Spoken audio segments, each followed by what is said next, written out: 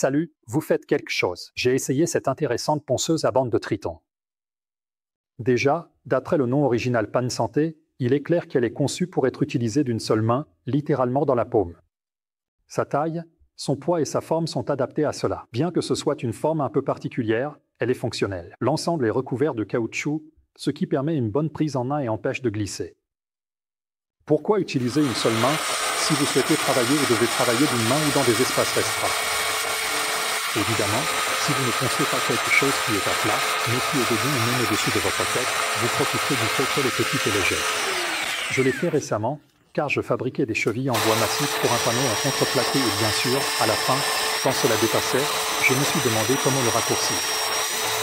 Eh bien, tout cela s'est parfaitement bien passé. La largeur de la bande est de 64 mm et sa longueur est de 406 mm. 3 bandes de grain 80, 100 et 120 mm sont fournies à cet effet.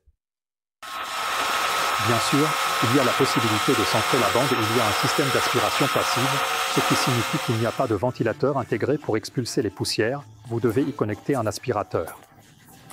Si vous ne le connectez pas, rien ne se passe, cela ne va pas voler dans tout l'atelier, mais cela va bien sûr s'accumuler ici. D'autre part, l'aspiration fonctionne très bien, car juste derrière la surface de ponçage, il y a une grande fente qui évacue la poussière. La taille de la surface de ponçage est de 64x90.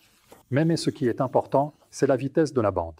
340 mètres par minute. C'est vraiment assez rapide. En regardant quelques ponceuses comparables, je n'en ai trouvé qu'une seule qui n'est probablement plus en vente. Sa ponceuse était presque 2 fois plus chère, et en plus, elle était 3/4 plus lourde, ce qui pose un petit problème, car ses deux corps sont un peu à la limite.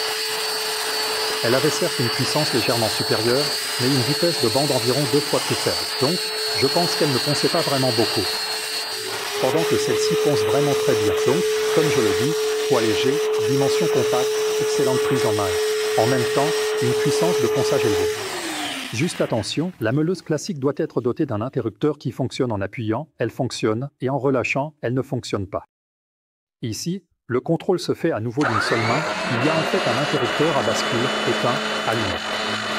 Lorsque vous le branchez, assurez-vous qu'il est en position éteinte ou que la ponceuse est posée sur le côté, car au moment où elle serait allumée et posée sur un plan de travail, si vous la branchez, vous savez ce qui va se passer.